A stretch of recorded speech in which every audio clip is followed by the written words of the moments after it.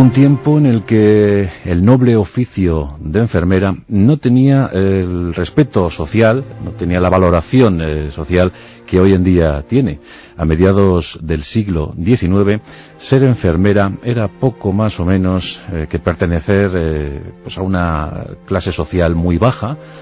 Eran consideradas ayudantes de escasa monta y en todo caso siempre de imprecisa reputación social. Incluso se llegó a decir que las enfermeras eran borrachinas, que estaban trabajando en los hospitales por escasa soldada y porque no tenían otra cosa mejor que hacer en la vida.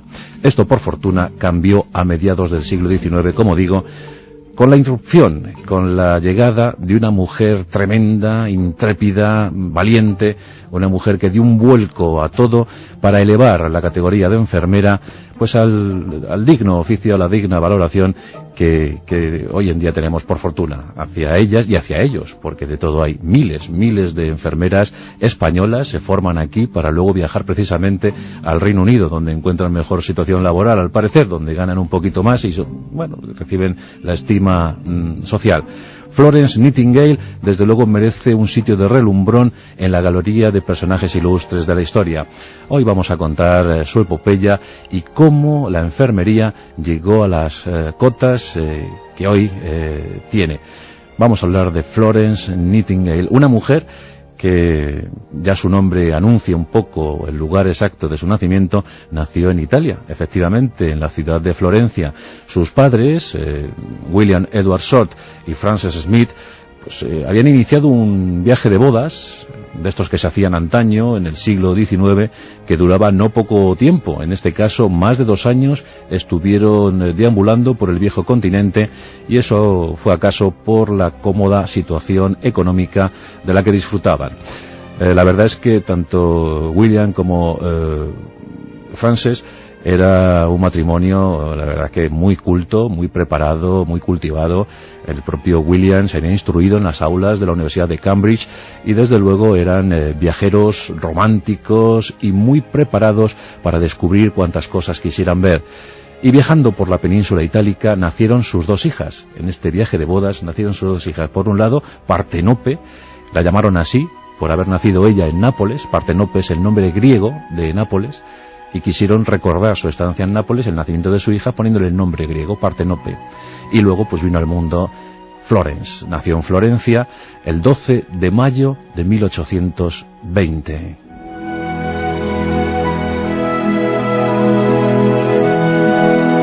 En aquel tiempo, desde luego que la geografía europea aún se convulsionaba con el recuerdo del temible Napoleón Bonaparte y aquellas guerras de Italia.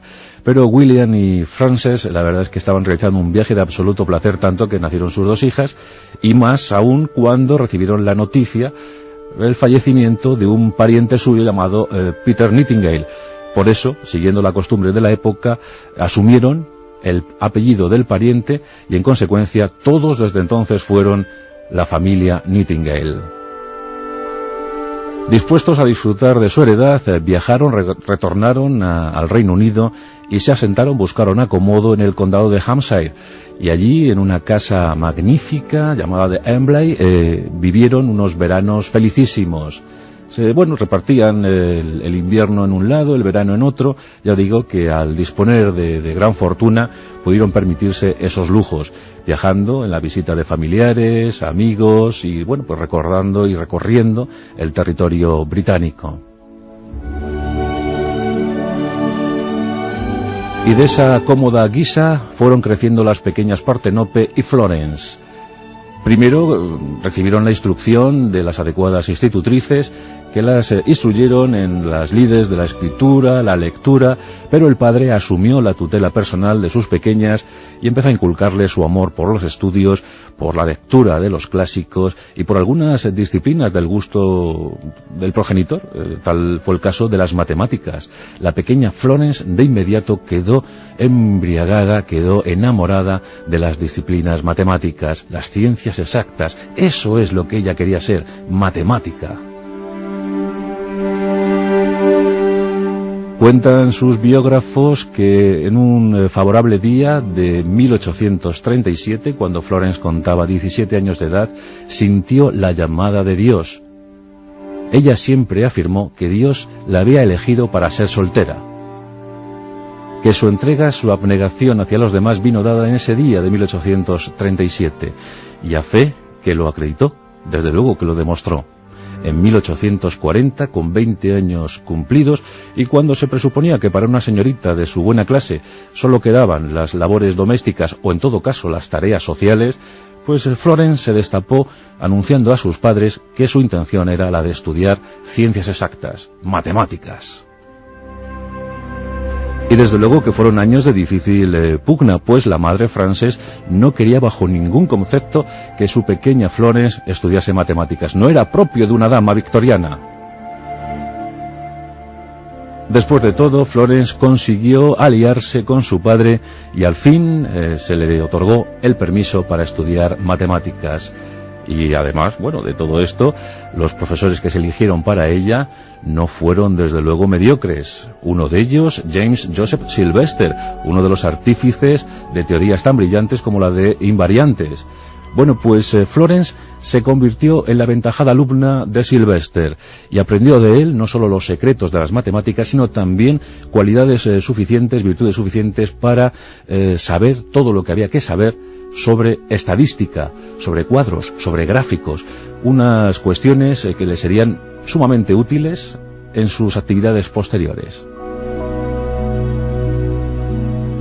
Aún no se había recuperado la madre, Frances, del sobresalto, de saber que su hija iba a ser matemática, cuando Florence dijo a sus padres una nueva inquietud. Y en 1845, con 25 años cumplidos, Florence reunió a sus padres para decirles que en realidad no quería ser matemática, que ella soñaba con ser enfermera. Esto fue una convulsión. Esto ya superó a la madre, pues ya os digo que la condición o el oficio de enfermera no estaba bien visto. Suponía pertenecer a un bajísimo estrato social y además la reputación que acompañaba a las enfermeras no era la más lúcida, desde luego no era la mejor, la más idónea para una dama de alta condición, de alta clase. Pero Florence ya lo había decidido, era terca, rebelde, era muy obstinada y quería ser enfermera. Hasta entonces, Florence Nightingale pues había asistido a algunos parientes, había ayudado en sus actividades sociales, pues ayudar a los más necesitados, a los menesterosos, y había atendido como enfermera, pero bueno, no entregada a la vocación, al oficio todavía. Esto acontecería en 1849, ya tenía 24 años, y durante un viaje de placer por Egipto descubrió las escasas salas hospitalarias de Alejandría, y esas escasas salas también estaban adornadas por una falta de higiene más que aparente. Eso sobrecogió a Florence Nightingale y comprobó que la asepsia brillaba por su ausencia en aquellos hospitales. Y desde ese año, desde 1849, se entregó a la tarea, al afán de aprender cada vez más sobre las prácticas de enfermería. Viajó por diferentes lugares, el mencionado país del Nilo, donde aprendió cosas en el Hospital Católico de San Vicente Paúl. Allí aprendió cuestiones fundamentales para su vida profesional, pero luego viajó otra vez al viejo continente, a Europa, para descubrir en Alemania, por ejemplo, en Düsseldorf o en otras localidades, o en algunas instituciones, como la institución para diaconisas protestantes, cómo se realizaban curas, cómo se atendía a los enfermos, cómo se debía atender, y ya entonces pensó que la atención psicológica sería fundamental para la mejora del paciente. Tras su estancia en la institución para diaconisas protestantes, viajó a París, y allí en la ciudad Lud buscó de nuevo el refugio en un centro católico, el Hospital de Saint-Germain, pues regentado por las Hermanas de la Caridad, y siguió aprendiendo. Finalmente, en 1853, regresó a su país natal, regresó a Inglaterra para asumir el cargo de superintendente sin remuneración, sin sueldo, en un centro médico que atendía únicamente a damas. Y así permaneció un año como superintendente sin paga, hasta que en marzo de 1854 estalló con total virulencia la famosísima Guerra de Crimea. Un conflicto que enfrentó a fuerzas aliadas turcas, francesas e inglesas contra el Imperio ruso. En torno a Sebastopol se iban a librar cruentas batallas. Una expedición bélica británica partió para la zona con más de 30.000 soldados, 30.000 efectivos dispuestos para el combate. En aquella guerra de Crimea elevaría su canto de cisne la recordada Brigada de la Caballería Ligera, la carga de la Brigada Ligera. Y si bien las victorias fueron propicias, los éxitos fueron del lado aliado casi de inmediato, la batalla de Alma, por ejemplo, pues también llegó cierta alarma desde el frente, y esa alarma quedó reflejada en las páginas de periódicos londinenses como el Times. Florence Nightingale, una mujer culta y muy intuitiva, de inmediato constató que la situación hospitalaria en el frente era más que lamentable. Y en ese tiempo el secretario de Guerra británico, Sidney Herbert, mandó una carta a su muy querida amiga, Florence Nightingale, para animarla a que viajase a la zona, que ayudase con sus conocimientos de enfermería a los soldados enfermos y moribundos del frente. Florence se puso manos a la obra y de inmediato convocó a cuantas mujeres quisieran acompañarla en aquel reto fundamental. 38 mujeres se alistaron voluntarias. Aquel peculiar grupo viajó hasta Turquía. La llegada de Florence Nightingale y sus chicas fue desde luego lo más llamativo del momento. Llegaron el 4 de noviembre de 1854.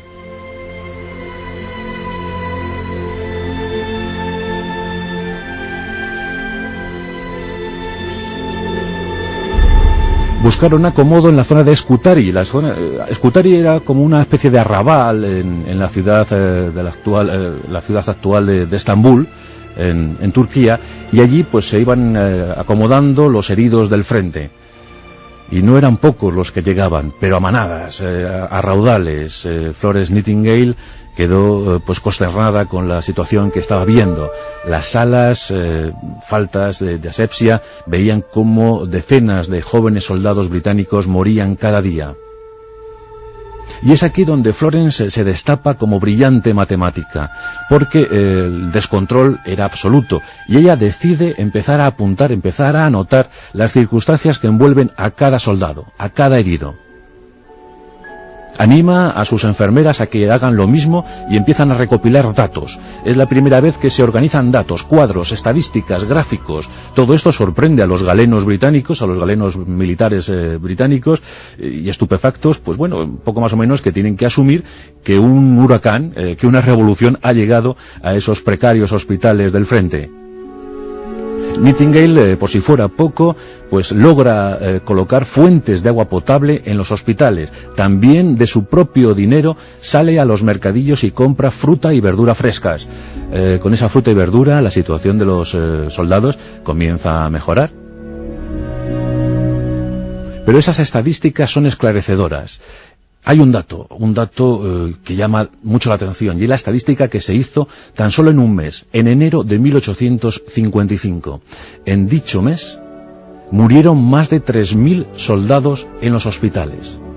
Y las estadísticas elaboradas por Nightingale y sus enfermeras no pudieron ser más claras. De los más de 3.000 soldados, apenas 60 o 70 habían muerto por las heridas en combate. El resto había fallecido por enfermedades, por plagas, por epidemias, el cólera y otras enfermedades tremendas habían sido las causantes de las muertes, de la mayoría de las muertes. Si tenemos en cuenta que la expedición británica constaba de 32.000 soldados, perder 3.000 en un mes significa perder el 10% de la tropa en tan solo 30 días. El desastre para el ejército británico y para sus aliados turcos y franceses hubiese sido más que evidente, ¿verdad? Pues bien, crear situaciones asépticas en los hospitales, llevar agua potable agua que se pudiese beber, y sobre todo dar buena alimentación, buenos cuidados y atención psicológica, que una enfermera llegue, coja la mano de un soldado herido y le transmita ánimo, que le cuente que pronto volverá a casa. Eso empezó a mejorar. De hecho, ya en febrero de 1855 la mortandad había descendido en un 60%. Según los especialistas más consumados, la actuación de Florence Nightingale y de sus 38 chicas consiguió salvar más de 5.000 vidas de jóvenes soldados ingleses. Todas estas noticias llegaron a Inglaterra y de inmediato se consideró que aquellas valientes enfermeras eran auténticas heroínas del conflicto. Finalizó la guerra, acabó la tragedia, y Florence Nightingale consiguió el mayor éxito de su vida. Orgullosas aquellas enfermeras, las primigenias, las pioneras de la enfermería moderna, con sus cuadros, sus estadísticas, sus gráficos, su agua potable, sus frutas y verduras. Bueno, pues con todo eso llegaron a Inglaterra para recibir no pocos reconocimientos sociales. Fueron aclamadas. Había nacido la enfermería moderna. Un único y tremendo detalle, y es que Florence Nightingale contrajo una terrible enfermedad en Crimea, una enfermedad que la postraría de por vida en la cama y que al final la dejaría ciega casi el resto de su vida. Pero aún así, en 1860 tuvo fuerzas para, mediante suscripción pública, esto es, que fue pagada esa suscripción por el pueblo británico, pues gracias a esos fondos que se recaudaron, más de 50.000 libras esterlinas, se pudo crear una institución, la institución Nightingale, para formar enfermeras profesionales. Y fueron 10 las primeras que se inscribieron. Nightingale era muy estricta, decía que las enfermeras debían ante todo dar muy buena imagen, que eran lo más representativo de un hospital, que debían transmitir confianza y desde luego la gente debía pues creer en lo que hacían, en la tarea que hacían. Es curioso, pero Florence Nightingale nunca apoyó que la mujer se formase como médico, que se licenciase en medicina, si en cambio apostó porque la eficacia la encontrarían las mujeres sin duda alguna en la enfermería, como las mejores ayudantes de los galenos. Bueno, esto hoy en día, por supuesto, es más que discutible, ¿verdad? Pero entonces, ya de por sí, haber conseguido que las enfermeras fueran profesionales, que estuvieran consideradas, que fueran valoradas, fue un mérito, fue un avance más que colosal. Florence Nightingale publicó a lo largo de su vida más de 200 libros, reportajes, artículos y algunos de ellos fundamentales, notas sobre enfermería, notas sobre hospitales, libros que se convirtieron en pues manuales, auténticos manuales para estas enfermeras, instrucciones para estas enfermeras muy eficientes y desde luego dignas representantes de un gremio absolutamente elogiable. Pues con esos escritos su fama trascendió. Por ejemplo, durante la Guerra de Secesión norteamericana, pues los yanquis, Abraham Lincoln, eligió a Florence Nightingale como consultora en cuestiones de higiene, en cuestiones de medicina, en cuestiones sanitarias, para que asesorase a los médicos norteamericanos de la Unión en las actuaciones futuras durante los combates. Florence Nightingale fue por eso muy valorada y además en 1874 ingresó en la Sociedad Estadística Norteamericana. También se le valoró esa faceta matemática. En cuanto a galardones recibidos en su patria, pues cabe destacar, por supuesto, esa Cruz Roja Real entregada por la Reina Victoria en 1883. Y bueno, pues claro, la máxima distinción llegó en 1907, justo el año en el que Rudyard Kipling, el gran poeta del Imperio Británico, recibía el Premio Nobel de Literatura. Pues ese año se habló mucho de Florence Nightingale porque se convirtió en la primera mujer en recibir la Orden al Mérito, entregada de manos del rey Eduardo VII.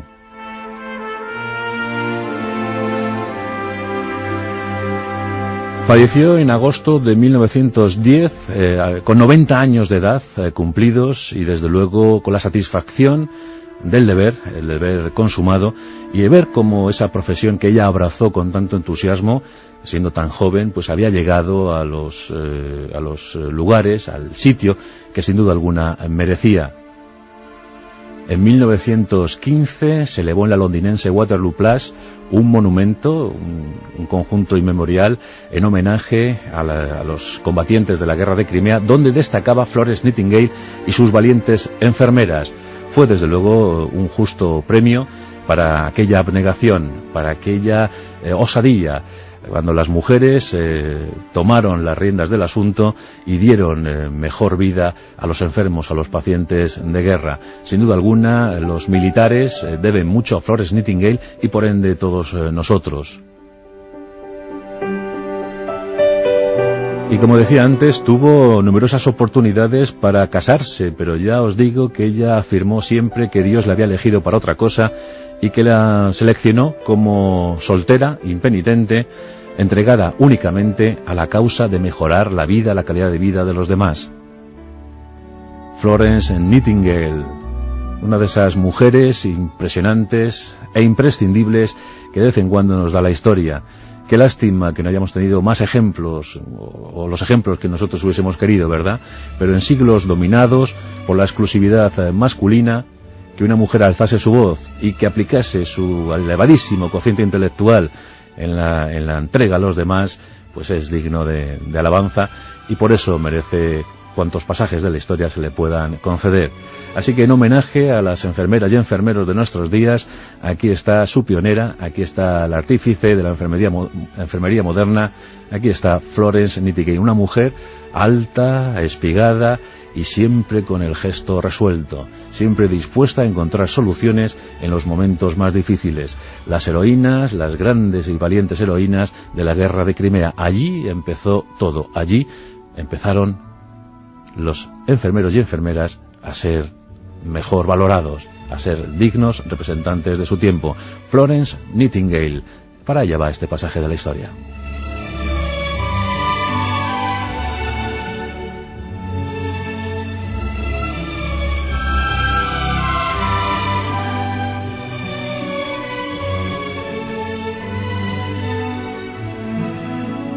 La Rosa de los Vientos, con Juan Antonio Cebrián, en Onda Cero.